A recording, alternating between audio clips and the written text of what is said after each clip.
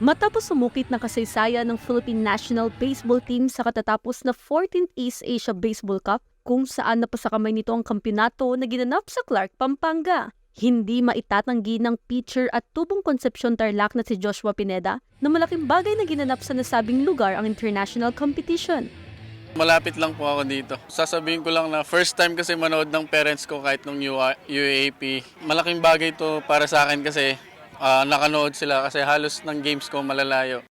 Dagdag pa na Pineda na patuloy ang paghahanda ng pambansang koponan sa darating na Asian Championship sa susunod na taon at pinasalamatan ng Pinoy fans na sumuporta sa national team. Sobrang blessed kami, sobrang marami kasi sumuporta sa amin.